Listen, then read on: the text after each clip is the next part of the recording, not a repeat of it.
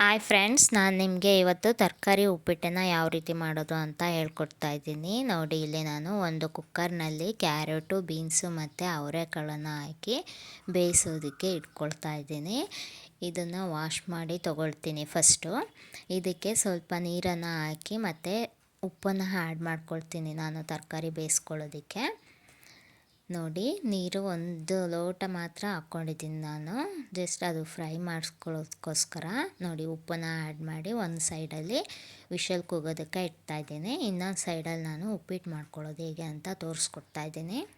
First ನಾವು ಒಂದು ಬೌಲ್ನಲ್ಲಿ ರವೆನ ಫ್ರೈ ಮಾಡ್ಕೊಳ್ಳೋಣ. ನೋಡಿ, ಒಂದು ರವೆ ಹಾಕ್ಕೊಂಡಿದ್ದೀನಿ. ನಿಮಗೆ ಎಷ್ಟು ಬೇಕೋ ಅಷ್ಟನ್ನು ತೊಗೊಳ್ಳಿ. ನಾನಿಲ್ಲಿ ತಿಂಡಿಗೆ ಆಗೋಷ್ಟು ಮಾತ್ರ ರವೆನ ಹಾಕ್ಕೊಂಡಿದ್ದೀನಿ.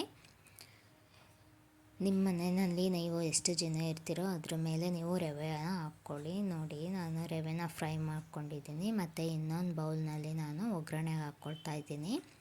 ಎಣ್ಣೆಯನ್ನು ಹಾಕ್ಕೊಳ್ಳೋಣ. ಫಸ್ಟು ಎಣ್ಣೆ ಹಾಕಿ ಅದು ಹೀಟಾದ ನಂತರ, ನೋಡಿ ಎಣ್ಣೆ ಹೀಟಾಗಿದೆ. ನಾನೀಗ ಸಾಸಿವೆ,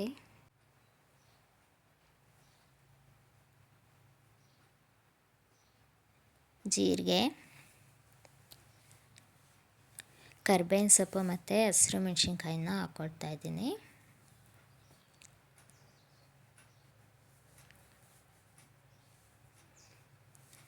ಕರ್ಬೇವಿನ ಸೊಪ್ಪು ಮತ್ತು ಹಸಿರು ಮೆಣಸಿನ್ಕಾಯಿನ ಹಾಕ್ಕೊಂಡು ಫ್ರೈ ಮಾಡ್ಕೊಳ್ಳೋಣ.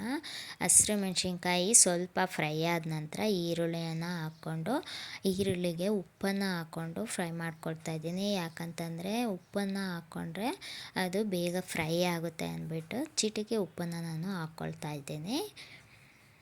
ನೋಡಿ, ಇದು ಫ್ರೈ ಆಗಿದೆ. ಈಗ ನಾನು ಟೊಮೊಟೊ ಆ್ಯಡ್ ಮಾಡ್ಕೊಳ್ತೀನಿ. ಟೊಮೊಟೊ ಆ್ಯಡ್ ಮಾಡ್ಕೊಂಡು ಕೂಡ ಸ್ವಲ್ಪ ಫ್ರೈ ಮಾಡ್ಕೊಳ್ಬೇಕಾಗುತ್ತೆ.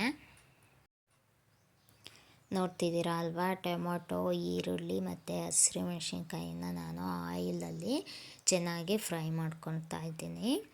ಇದು ಫ್ರೈ ಆದ ನಂತರ ನಾವು ಉಪ್ಪಿಟ್ಟಿಗೆ ರವೆ ತೊಗೊಂಡಿರ್ತೀವಿ ಅಲ್ವಾ, ಅದ್ರ ಲೆವೆಲ್ಗೆ ನಾವು ನೀರನ್ನು ಹಾಕ್ಕೊಳ್ಬೇಕಾಗುತ್ತೆ. ನೋಡಿ, ಇಲ್ಲಿ ನಾನು ನೀರನ್ನು ಹಾಕ್ಕೊಂಡು ಸ್ವಲ್ಪ ಉಪ್ಪು ಹಾಕಿ ನಾನು ಕುದಿಯೋದಕ್ಕೆ ಬಿಡ್ತಾಯಿದ್ದೀನಿ. ನೋಡಿ, ನೀರು ಕುದಿಯೋದಕ್ಕೆ ಬಂದಿದೆ. ಈಗ ನಾನು ಬೇಯಿಸ್ಕೊಂಡಿದ್ನಲ್ವ ಆ ತರಕಾರಿನೆಲ್ಲ ಹಾಕಿ ಮಿಕ್ಸ್ ಮಾಡ್ಕೊಳ್ತೀನಿ. ನಾನು ತರಕಾರಿನ ಸಪ್ರೇಟಾಗಿ ಬೇಯಿಸ್ಕೊಂಡಿದ್ದೀನಿ. ನೋಡಿ, ಇಲ್ಲಿ ತರಕಾರಿ ಎಲ್ಲ ಹಾಕ್ಕೊಂಡಿದ್ದೀನಿ.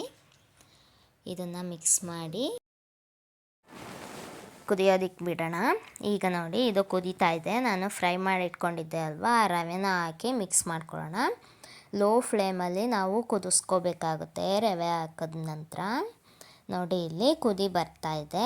ಈಗ ನಾನು ಲಾಸ್ಟಲ್ಲಿ ಬಂದು ಕಾಯಿ ತುರಿ ಮತ್ತು ಕೊತ್ತಂಬರಿ ಸೊಪ್ಪನ್ನು ಹಾಕಿ ಮಿಕ್ಸ್ ಮಾಡ್ಕೊಳ್ತೀನಿ.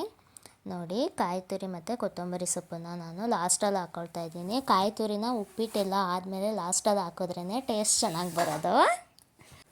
ನೋಡ್ತಿದ್ದೀರಾ ಅಲ್ವಾ, ಈಗ ಮಿಕ್ಸ್ ಮಾಡ್ಕೊಳ್ಳೋಣ ನಾವು ಉಪ್ಪಿಟ್ಟನ್ನ.